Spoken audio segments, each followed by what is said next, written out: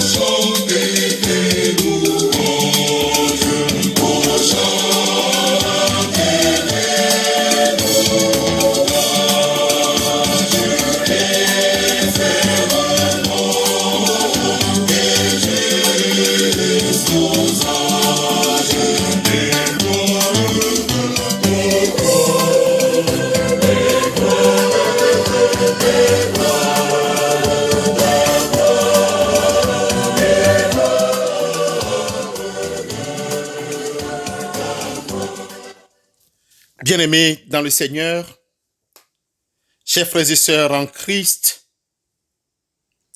en ce grand jour, louons Dieu. Loué sois-tu, Esprit créateur. Par toi, toutes les choses sont faites, renouvelées. Par toi, les hommes et les femmes prophétisent. Par toi, les disciples deviennent apôtres. Loué sois-tu. Esprit de vérité, par toi, nous voyons la lumière. Par toi, nous comprenons ta parole. Par toi, nous apprenons à prier. Loué sois-tu, Esprit de sainteté. Tu rends témoignage en nous. Tu intercèdes en nous.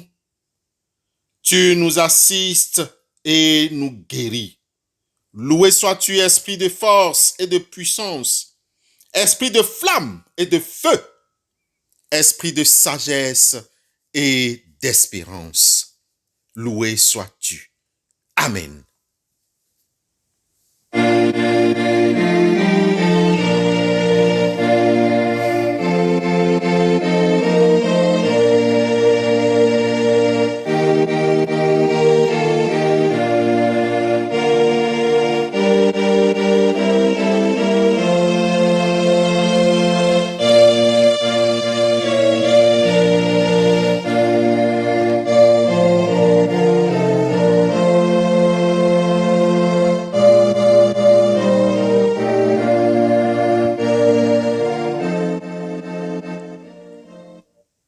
Bien-aimés dans le Seigneur, l'Esprit Saint nous invite à la fête. Il nous redit, Jésus de Nazareth, sa parole pleine d'autorité, sa vie offerte pour tous.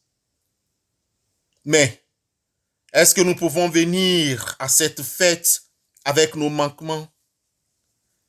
Pouvons-nous arriver avec nos péchés?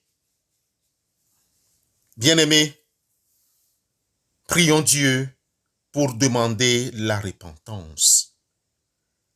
Père éternel, tu sais combien nous sommes hésitants ou réticents à suivre ton Fils.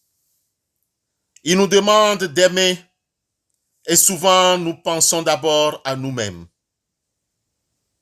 Il nous invite à être accueillants et fraternels et nous voulons préserver notre tranquillité. Il nous convie à des vrais partages alors que nous avons soif de posséder. Envoie-nous ton esprit, qu'il change notre cœur, qu'il donne souffle à notre vie, car nous désirons vivement nous repentir. Viens, Esprit de sainteté, renouvelle pour nous la paix de ton pardon. Amen. Après cette prière de repentance, écoutons les paroles de grâce. Frères et sœurs dans la foi, nous vous annonçons avec assurance. Dieu a relevé Jésus-Christ d'entre les morts. Le Christ est assis à la droite du Père.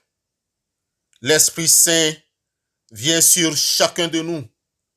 Par l'Esprit Saint, nous savons que Dieu nous aime comme ses enfants. Par l'Esprit Saint, nous sommes assurés qu'il n'y a plus de condamnation pour ceux qui sont unis au Christ. Dieu nous réconcilie avec lui.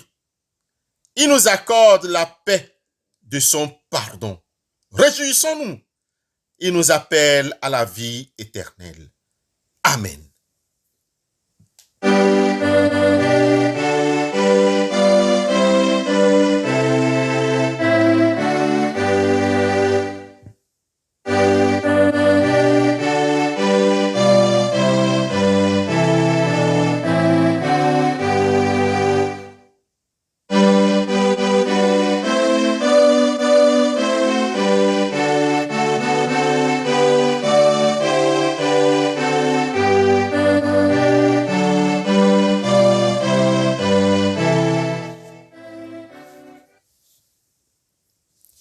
Prions Dieu. Père, ta parole vient à notre rencontre. Elle est bonne nouvelle pour tous. Qu'elle vive en nous par ton esprit et nourrisse notre foi. Qu'elle soit lumière sur nos sentiers et promesse dans notre vie. Que notre cœur reçoive l'espérance de l'évangile et batte au rythme de ta joie. Amen. Le texte qui nous est proposé ce matin est tiré du livre du prophète Joël. Joël chapitre 2, versets 28 et 29. Joël 2, 28 et 29. Nous lisons au nom de notre Seigneur et Sauveur Jésus-Christ. Après cela, je répandrai mon esprit sur toute chair. Vos fils et vos filles prophétiseront, vos vieillards auront des songes et vos jeunes gens des visions. Même sur les serviteurs et sur les servantes, dans ces jours-là, je répandrai mon esprit. Seigneur, ta parole est lumière vie.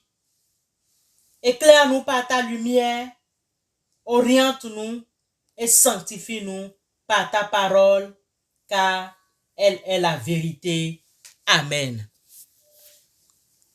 Bien-aimés dans le Seigneur, en ce dimanche de Pentecôte, dimanche où nous commémorons l'effusion du Saint-Esprit sur les disciples, recevez nos chaleureuses salutations en Christ Jésus.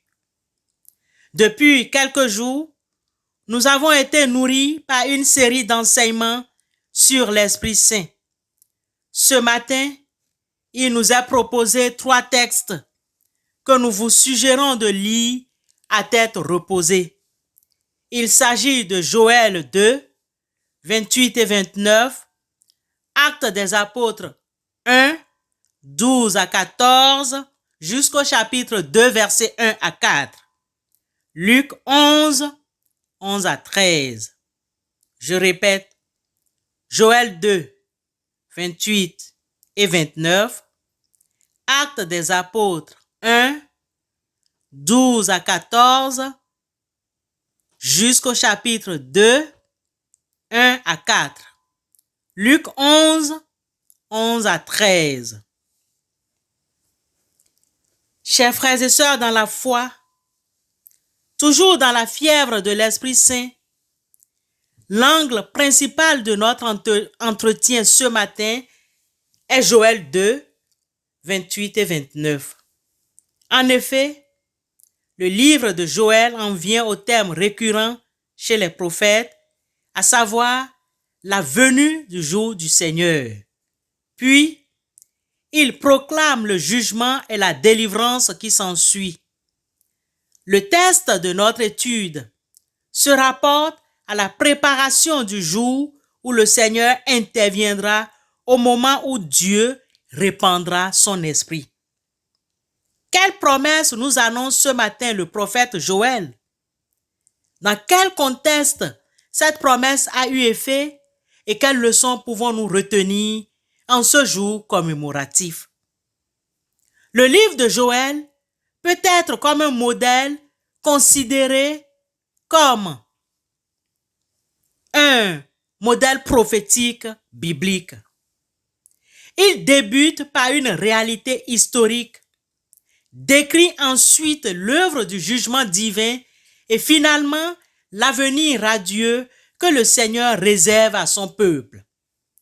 Ce modèle revient de manière récurrente dans la parole prophétique transmise dans la Bible. Joël commence donc avec l'actualité de son temps. Une description du pays soumis à une destruction totale. C'est clairement écrit au verset 4 du chapitre 1. Des nuées d'insectes dévastateurs succèdent jusqu'à ce qu'il ne reste rien. Il n'y a même plus de quoi apporter des offrandes dans la maison du Seigneur. On se demande s'il s'agit ici de sauterelles au sens littéral ou s'il est question de destruction par une armée ennemie humaine. Joël 2, 2 et 3. Mais ce n'est pas le plus important, car il s'agit avant tout de décrire à quel point la réalité historique est dramatique. Quel acte est posé en Joël 2, 28 et par qui? Ce même acte est également mentionné au verset 29 du livre du prophète Joël au chapitre 2. Même sur les serviteurs et sur les servantes, dans ces jours-là, je répandrai mon esprit.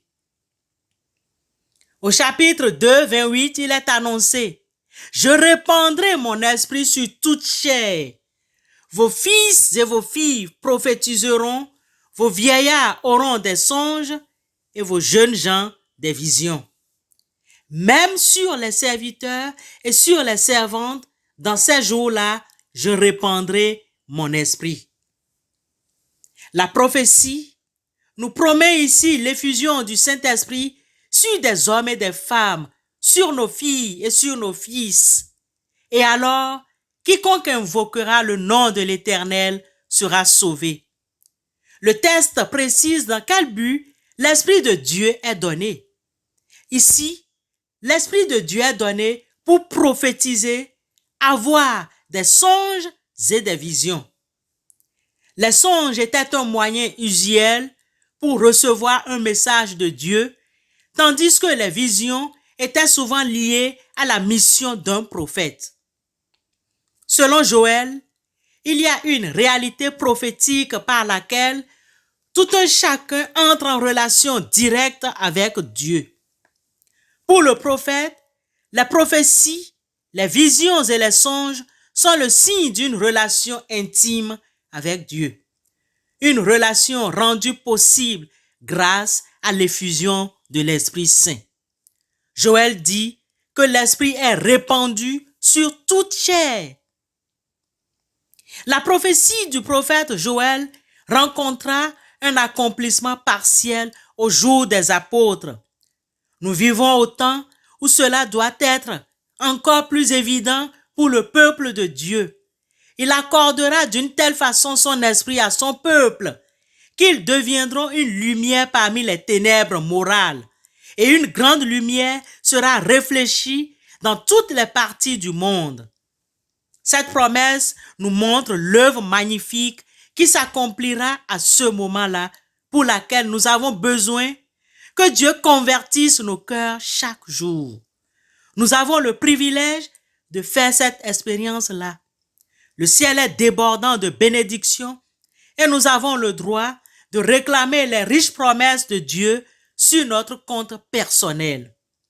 Nous avons besoin de chercher l'Éternel jour et nuit afin de savoir quels pas nous devons faire et quelles tâches précises nous devons accomplir.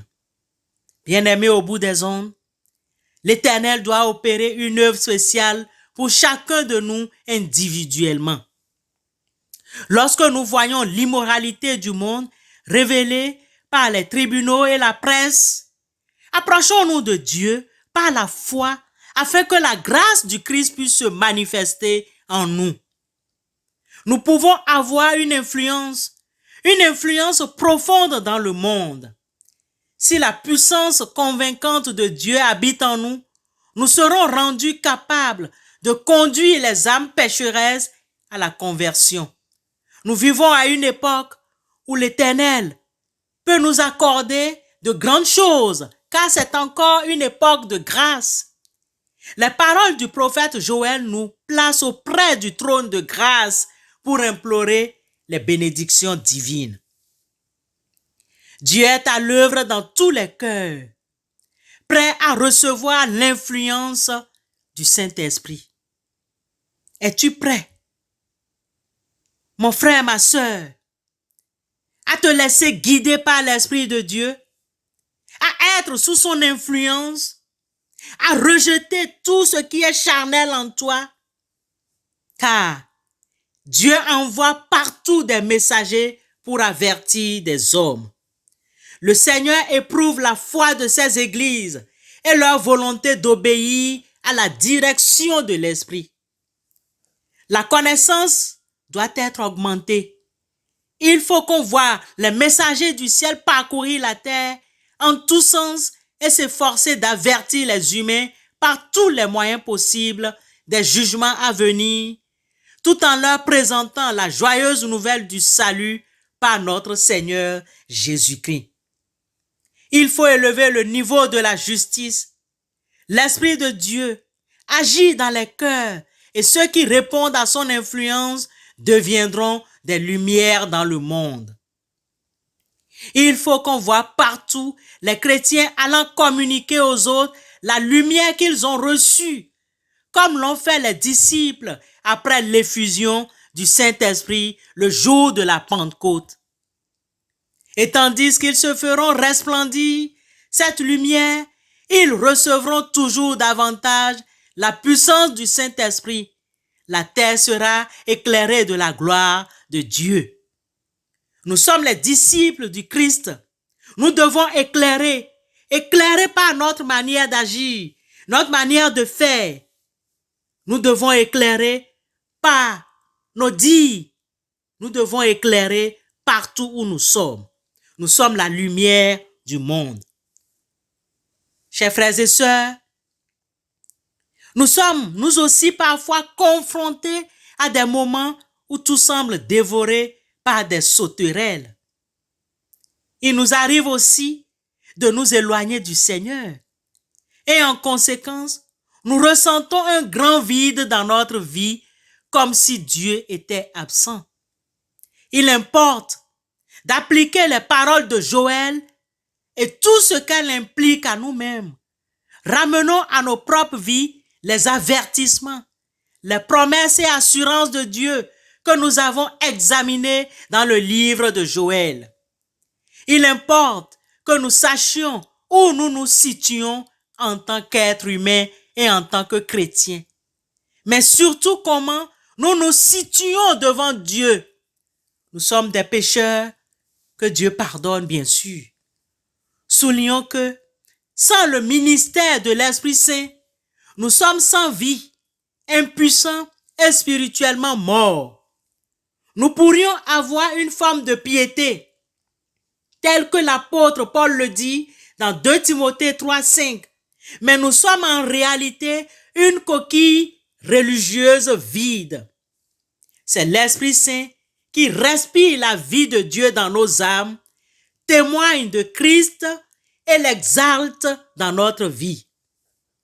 L'Esprit n'est jamais refusé à ceux qui le cherchent de tout cœur. Luc 11, 13. Ce même Esprit dispense aussi toute une diversité de dons. 1 Corinthiens 12, 7 à 11. Il dispense une diversité de dons aux membres spécifiques. 1 Corinthiens 12, 27 à 31. Les attribuant à chacun en particulier comme il le veut. Ces dons ont pour objectif de permettre des actions spécifiques dans la mission concertée de l'Église par grâce à la plénitude de l'Esprit, laquelle nous conduit à un enthousiasme et à une audace renouvelée dans le témoignage chrétien. Actes 4, 29, Éphésiens 6, 18 à 20. C'est l'Esprit Saint qui est en nous et nous avons le zèle, l'enthousiasme d'agir en tant que chrétiens et de faire de bonnes œuvres. Bien que l'Esprit soit en nous en permanence, il faut continuellement rechercher la plénitude de sa présence par la prière. Actes 4, 31 et d'autres formes de culte inspirantes. Éphésiens 5, 18 et 19. Esprit de Pentecôte, qui fait de l'Église un seul corps, fait de nous un signe vivant de la présence du ressuscité dans le monde, une communauté de saints qui vit au service de la charité, qui habite à la maison et qui porte la lumière de Dieu et qui est habile à la mission que le Seigneur lui confie.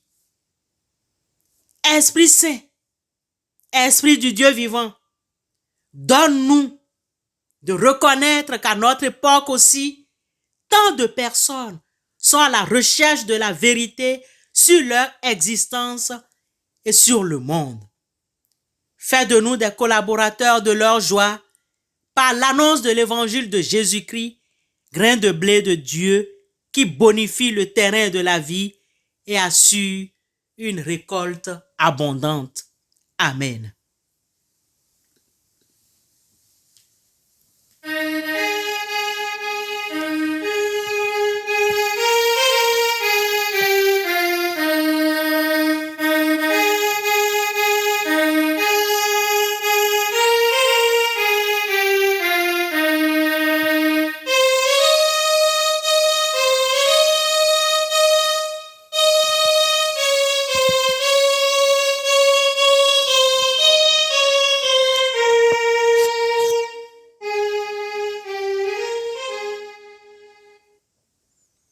Bien-aimés dans le Seigneur, chers frères et sœurs en Christ, après cette prédication qui nous rappelle le rôle, l'effusion du Saint-Esprit sur chacun d'entre nous, prenons la liberté et la joie de confesser notre foi. Confessons tous ensemble la foi chrétienne en ces termes. Nous croyons en Dieu le Père. Il nous a créés, nous et toutes les créatures, pour nous faire vivre ensemble à sa gloire. Nous croyons en Dieu le Christ, notre Seigneur, venu parmi nous pour partager et sauver notre vie. Il nous a aimés jusqu'au bout. Il est vivant. Il est notre espérance. Nous croyons en Dieu, le Saint-Esprit. Il œuvre dans le monde, anime l'Église et l'envoie annoncer l'Évangile jusqu'aux extrémités de la terre. Amen.